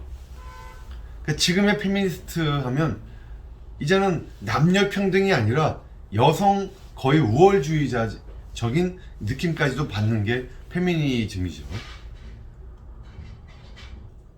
대표적인 신학자들은 3명이 있고요. 엘리자베스 쉬슬러 피오렌자, 하버드 대학 교수고, 또 레티 러셀, 이분은 예일 대학 교수예요. 근데 이 레티 러셀 같은 경우는 미국 연합장로교회에서 최초로 여성에게 안수를 시행했을 때 안수를 받은 여성 중에 한 명이 레티 러셀이죠. 그리고 로즈메리 류더, 이분이 아마 가장 영향력 있는 여성 신학자일 겁니다. 여성 신학에는 3가지의 발전이 있다고 보고요. 과거에 대해서 비판을 하고, 대안을 성경이나 전통에서 좀 찾아보고, 그리고는 구체적으로 성경의 교리들을 뭔가 바꾸려고 하는 이 3가지의 발전 단계를 거친다, 이렇게 얘기를 보통 했고요. 여성 신학자들은 과거의 신구약 성경 물론이와 교회사에서 여성에 대한 억압의 어두운 그런 역사들을 비판을 많이 해요. 구약도 보면 출산한 여인 또는 월경주에 있는 여성을 부정하다고 말하잖아요. 신약도 보면 여자가, 특히 고린도전서에 보면 여자가 교회에서 말할 수 있는 권리를 거부하고, 또 어떤 본문들은 여성의 남성에 대한 존재론적인 종속을 시사하기도 하고, 마음에 안 든다는 거예요, 이런 것들이. 교회사를 보면 교부들이 여성을 불완전한 남자로 부르면서 남자들의 죄를 여성들에게 전가하는 등, 하여간 신구약 성경 물론이언이와 기독교 전통은 여성을 억압해왔다는 거예요. 그래서 이들이 이제 기독교에 대한 어떤 그 전통에 대한 어떤 부정적인 측면을 얘기하냐면요, 3가지인데, 첫 번째는 남성 중심주의예요. 안드로센트리즘. 모든 게 다 남성 중심적이라는 거예요. 이것이 가장 뿌리가 깊고 만연되어 있는 학이다. 남자들은 모든 걸 다 가지고 있고 여자들은 별로다, 이 얘기죠. 열등하다, 이거죠. 그래서 기독교 신학은요, 아버지와 아들이라고 하는 상징에 집중되어 있다는 거예요. 어떻게 보면 맞는 말이죠. 하지만 성경이 그렇게 얘기를 하고 있는데 우리가 뭐 방법이 있나요? 하나님이 그렇게 계시를 주신 건데. 그리고 류더는 이런 말을 해요. 남성이 표준적 인간이고 남성이 하나님의 표준적인 형상이라는 기본적 가정에서 출발한다. 이건 좀 우리가 받아들이기 힘듭니다. 두 번째는 가부장제의 페트리아키. 그러니까 남성 중심주의가 구체적으로 이제 가부장제로 나타난다는 거예요. 이건 단순히 남녀의 어떤 성차를 기초로 한 구조를 말하는 게 아니고 실제로 지배해요. 아버지가 지배해요. 아버지가 지배하는 사회의 구조가 사회에 쫙 깔려 있다는 거예요. 농노와 귀족, 노예와 주인, 신하와 왕, 또 식민지 백성과 또 인종 지배자의 지배 구조 등등이 이 사회의 전반적인 가부장제와 연관된 지배 복종의 형태들이다. 만약에 기독교 전통이 이런 것들을 포함하고 있고 또 이런 것들을 긍정한다면 그 전통은 부패한 것이고 우리가 그걸 배격해야 되는 것들이다. 그리고 이런 남성 중심주의와 가부장제의 실질적인 결과가 나타나는 것이 바로 여성 혐오다 하는 거예요. 미사조니 또는 여성에 대한 증오, 혐오죠. 오늘날도 많이 보잖아요, 여성 혐오. 여기 예를 이렇게 들어요. 아우구스티누스는 남성성과 하나님의 형상을 동일시했다. 아퀴나스는 여성들을 서출로 태어난 남성 정도로 뭔가 부족한 남자로 봤다. 또 종교개혁자들은 교회에서 여성의 지위를 위해서 아무 시도도 하지 않았다. 심지어 바르트조차 자연과 은혜의 언약들 안에서 여성을 남성보다 열등한 존재로 간주했다. 다 뭔가 오해가 좀 있어요. 오해의 소지가. 여기 대해서는 좀 변호를 할 수도 있겠지만 일단 넘어가겠습니다. 이렇게 봤다는 거예요. 물론 이제 기독교 전통에 대한 긍정적인 측면도 봐요. 여성에 대한 상실된 기억을 회복시킨 거예요. 특별히 엘리자베스 슈슬러 피어렌자, 아까 그 하버드 대학 교수죠. 이분은 기독교 전통상에서 여성들이 얼마나 중요한 역할들을 했느냐를 찾아냈어요, 많이. 그래서 여성과 자신을 동일시한 예수님은 남녀 평등의 제자도를 제창했다. 이는 여전히 현대의 여성 남성들이 따라야 되는 것들이다. 그리고 최초의 기독교 운동은 완전히 평등한 것이었다. 남성 지배에 의한 가부장적인 패턴은 로마 문화에 적용해가는 과정의 하나로서 1세기 말에 교회에 들어왔다. 이렇게 이제 주장을 해요. 질문은 이런 거죠. 그럼 왜 양성 중에, 그죠? 남녀 양성 중에 한 성의 경험이 신학의 토대가 되어야 합니까? 신학이라는 것은 원래 보편적이어야 되는 건데요. 이때 여성 신학자들의 대답은 이거예요. 그동안의 정통 신학이 모두 남성 중심적이었기 때문에 이걸 우리가 폭로해야 된다.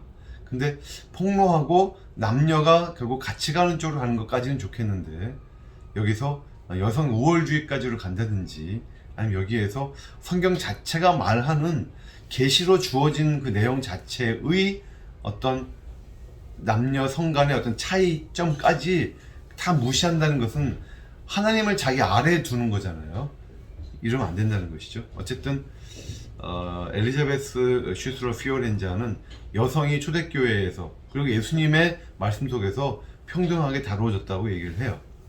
자, 세부적인 불일치는 좀 있지만 여성 신학자들은 여성의 경험이 반드시 신학적 성찰의 중심이 되어야 한다. 이건 뭐 흑인 신학자건 남미 해방 신학자들이건 다 똑같은 얘기입니다. 틸리히의 상관의 방법, 이것도 다 나와요. 그러니까 구체적인 자신들의 실존의 문제가 질문이 되고 거기에 대한 신학의 답변을 기대하는 거예요. 틸리는 여기저기 안 쓰이는 데가 없는 것 같아요.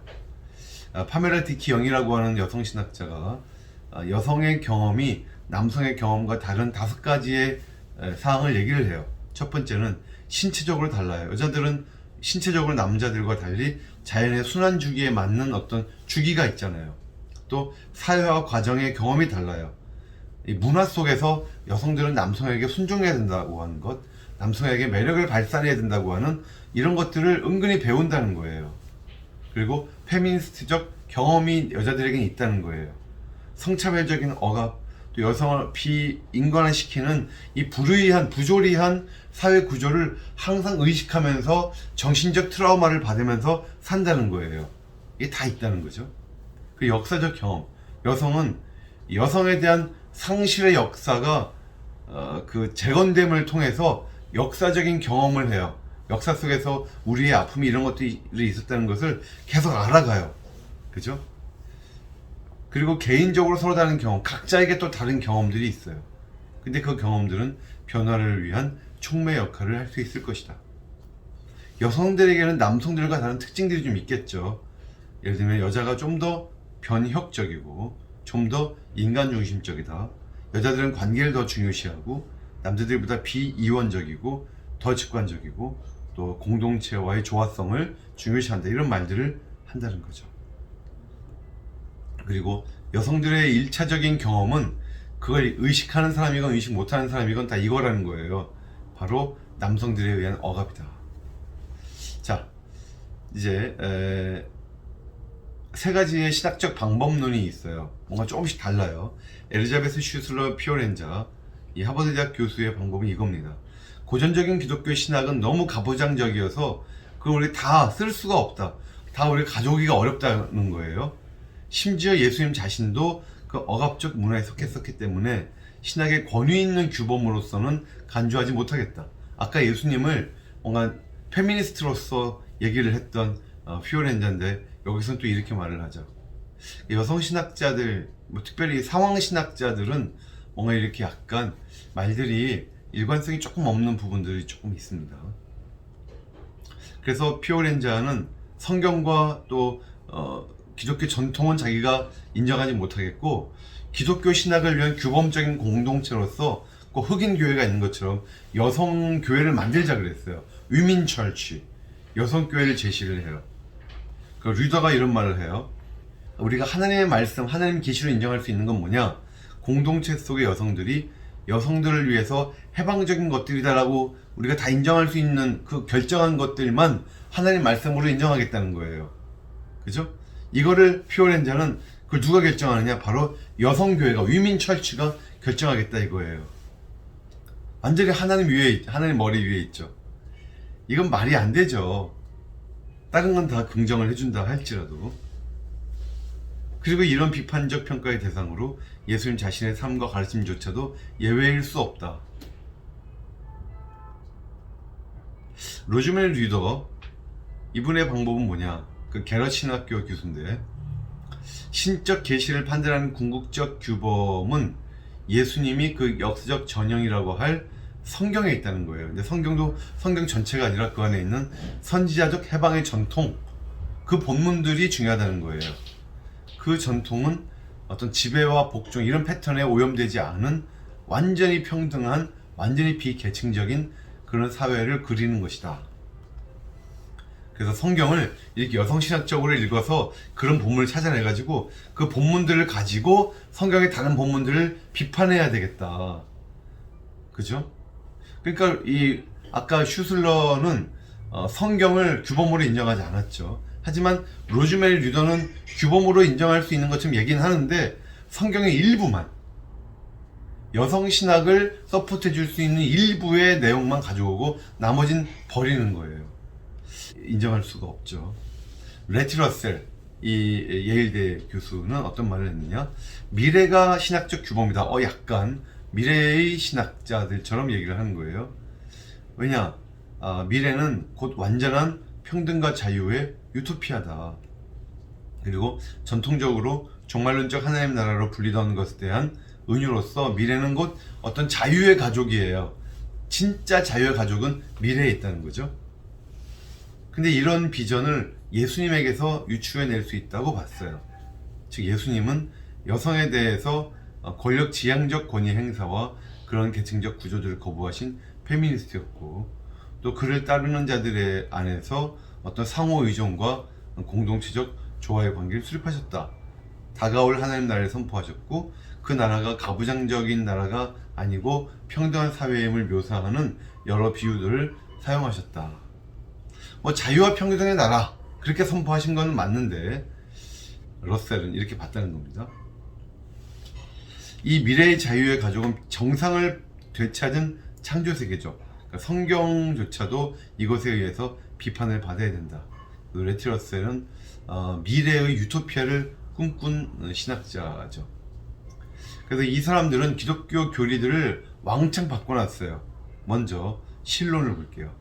전통적인 신론은요, 이 가부장적인 남성 지향적 이원론적 신론이다, 이렇게 봤어요.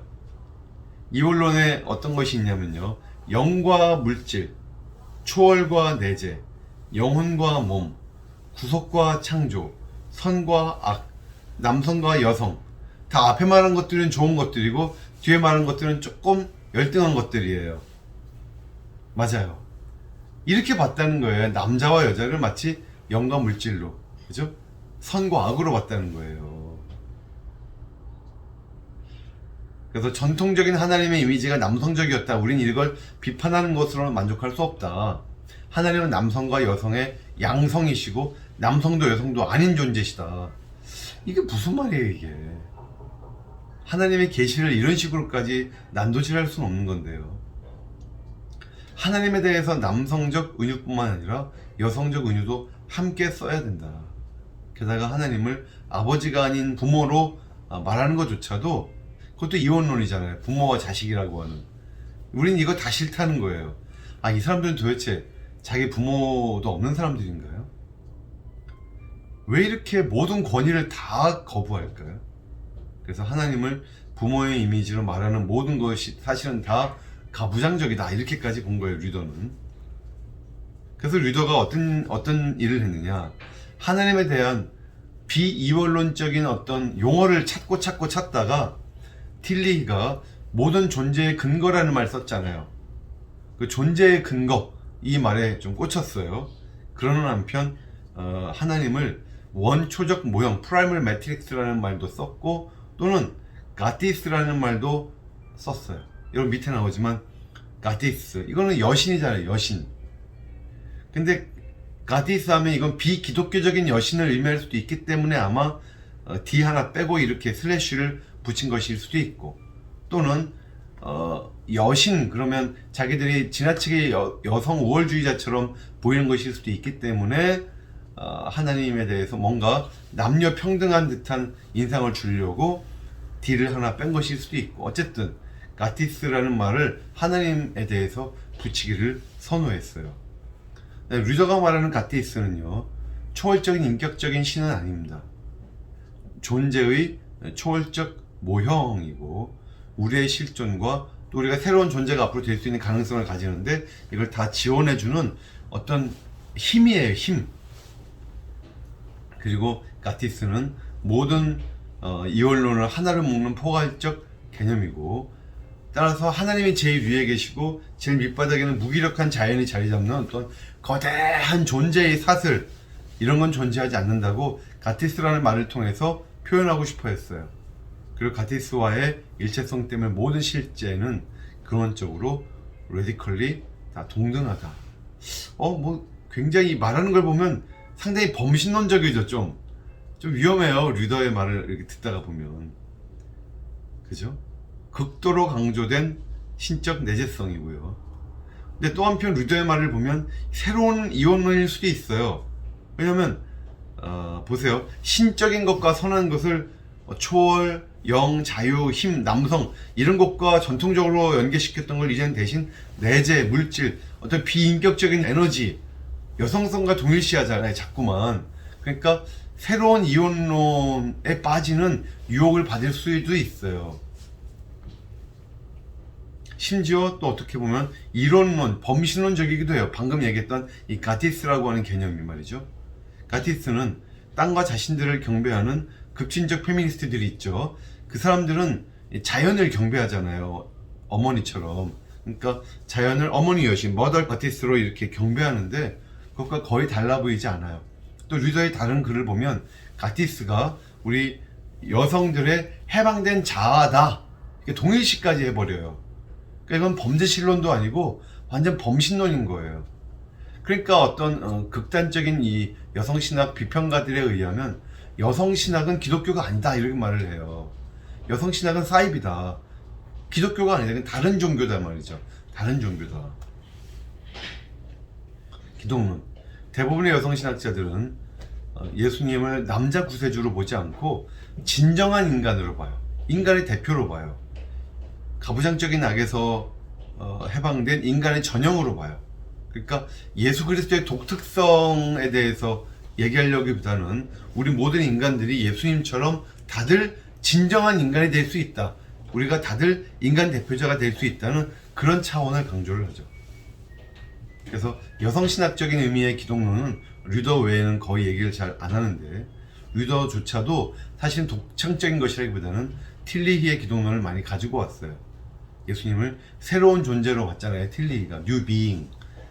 그래서 류더도 그렇게 본 거죠. 예수님은 자신을 선포하신 게 아니고 앞으로 다가올 구속적 인류를 선포하신 것이다. 그 구속적 인류는 뭐냐? 이런 이원론적 계급사회에서 이젠 자유로워진 그런 구속적 인류. 그리고 그 새 인류가 곧 예수님과 동일해요. 예수님은 새 인류를 대표하시는 분이고 그들의 선구자세요. 그런 의미에서만 예수님이 그리스도예요. 우리가 생각하는 신적인 의미 이런 건 없어요. 그러니까 그리스도가 그 역사적인 예수님이라는 분 안에 함유되어서 이제 영원한 어떤 의미를 갖게 되신 것이 아니라, 그 그리스도의 의미는 기독교 공동체가 이어받았다. 그죠? 근데 특별히 우리 여성 공동체가 이어받고 있는 것이다 생각을 하는 거예요. 이거 말고도 지금 신론과 기독론 보니까 너무 이제 우리가 봤을 때 정통신학과 많이 떨어져 나갔잖아요. 죄, 구원, 교회, 종말론 등 다른 신학의 부분들도 굉장히 많이 바꿔놨어요. 그래서 이들은 정통신학의 어떤 변증법적인 발전을 이룬 신학이라기보다는 너무 급진적이고 너무 전격적인 수정을 가함으로써 기독교가 아닌 다른 종교인 인상을 받아요, 여성신학은. 비판적 평가.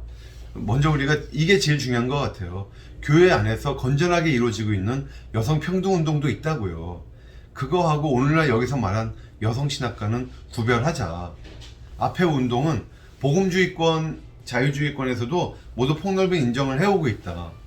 특히 여성들이 교회 사역에서 남성들과 완전히 평등해지는 것을 거부할 만한 어떤 성경적 이유도 없다는데 의견 일치가 이루어지고 있다.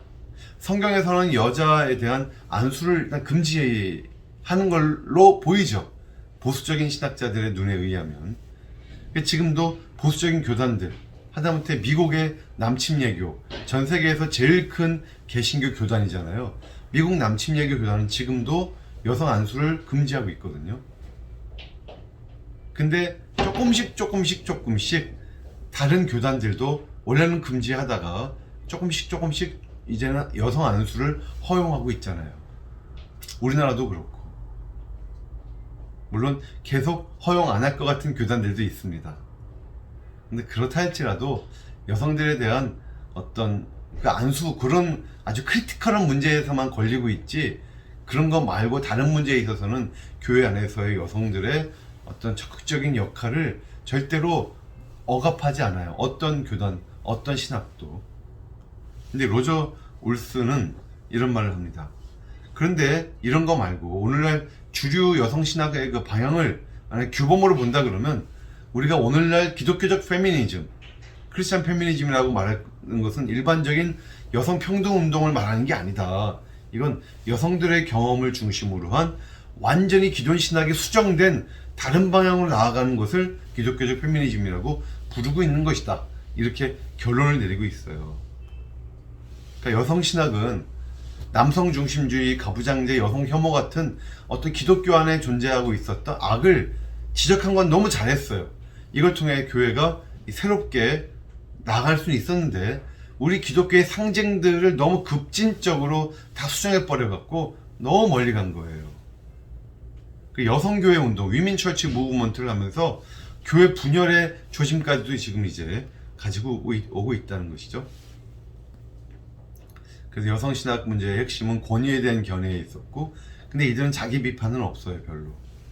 여성신학이 어떤 인간의 경험을 통해서 신학을 한다는 점에서 슐라이어 마오적이잖아요. 그래서 슐라이어 마오를 회귀하는 모든 신학의 긴 대열의 맨 마지막에 위치한다. 하지만 그들은 보편적인 인간의 경험을 갖고 얘기하는 게 아니라 오직 여성의 한정된 경험만을 가지고 신학을 하려고 했다는 것이 이제 문제라는 것이죠. 도널드 블러시라고 하는 이 복음주의 신학자는 이런 말을 해요. 사실 이 여성 신학 파트를 그래서 누가 썼느냐면요, 이 스탠리 그랜처, 로저 올슨 두 명이 이 현대 신학 공저자인데 로저 올슨 같아요. 거의 확실하게. 왜냐하면 로저 올슨은 누구나 알듯이 이 도널드 블러시로부터 신학적으로 많은 것을 배운 제자 같은 분이거든요. 그러니까 도널드 블러시의 의견이 중요하게 다뤄지고 있는 걸 보니까 로저 올슨이 여성 신학 파트를 쓴 것 같아요. 자, 어쨌든 도널드 블러시가 말합니다. 여성 신학은 가부장적 사상의 이론적 근거를 식별해내고 비판하는 것만큼 자신들이 내세우는 신학의 이데올로기적 근거를 뚜렷이 인식하는 데서는 그다지 예리하지 않다. 한 신학이 의식적으로 이데올로기적이 되었을 때 그것은 자신의 사회적 가치평가의 타당성을 유일하게 검증받을 수 있는, 가늠할 수 있는 하나님의 말씀의 성경을 버리는 경향이 있다는 거예요. 이건 사실 다른 해방신학도 마찬가지겠고요. 파멜라 디키 형이 이런 말을 합니다. 나는 기독교적 페미니스트다. 하지만 더구나 그녀가 보면 이렇게 여성들의 경험을 신학의 중요한 근거로 삼아야 된다고 하는 이런 걸 재발견한 아주 큰 역할을 했던 페미니스트가 맞아요. 근데 디키 형이 이런 말을 하죠. 나는 기독교적 페미니스트지만 그럼에도 불구하고 오늘날의 여성 신학은 기독교 전통과의 연을 끊어버렸다는 점에서 대체적으로 너무 극단적으로 멀리 나갔다는 거예요. 저렇게까지 멀리 가면 안 된다는 거죠. 자, 이제 이런 말을 합니다. 내가 나중에 크면 나는 위대한 예언자가 될 거라고 생각해. 내가 아주 심오한 진리들을 말할 것이고, 하지만 아무도 내 말에 귀를 기울이지 않을 거야. 그러니까 친구가 말을 합니다. 야, 네가 나중에 아무도 내 말 듣지 않을 거라고 네가 지금 이렇게 먼저 미리 알고 있다면 너는 왜 말을 할 건데? 이렇게 친구가 말을 하죠. 그랬더니 답변은 이겁니다. 우리 예언자들은 굉장히 우리들은 고집이 세거든. 이렇게 말을 하는 거예요. 맞아요. 이게 구약의 수많은 엘리야, 이사야, 예레미야 수많은 선지자들이 완고하고 고집이 세게 하나님 말씀을 담대하게 어떤 핍박이 있어도 증거한 건 좋은데 당연했는데 오늘날 많은 해방신학자들이 이렇게 스터번하게 너무 고집세게 완고하게 상황신학만을 주장하고 성경에 근거한 규범을 가지기를 원치 않는 이런 모습들은 굉장히 위험한 것이죠. 우리는 여기서 벗어나야 될 겁니다. 우리가 오늘 본 세 가지의 해방신학이 일종의 세속신학적인 그런 모습을 가지고 있었고 내재주의 신학의 또 하나의 극단적인 모습들이었다라는 것을 알게 되었죠. 또 한편 그들로 말미암아 우리가 개인의 죄와 개인의 악뿐만 아니라 사회의 죄와 사회의 악에 대해서도 우리가 눈을 떠야 된다고 하는 것은 분명히 통찰력을 우리가 배운 건 맞습니다. 이런 것들을 잘 배워가면서 올바른 신학을 우리가 발전시켜야 되겠죠. 자, 한 주간 잘 지내시고요. 드디어 다음 주가 에스카톤입니다. 우리 현대신학의 마지막 때가 다음 주에 마지막 강의가 있고 모든 강의를 마치겠습니다. 그 다음 주에는 기말고사가 있겠습니다. 자세한 내용은 따로 공지를 드릴게요. 여러분 한 주간 건강하세요. 감사합니다.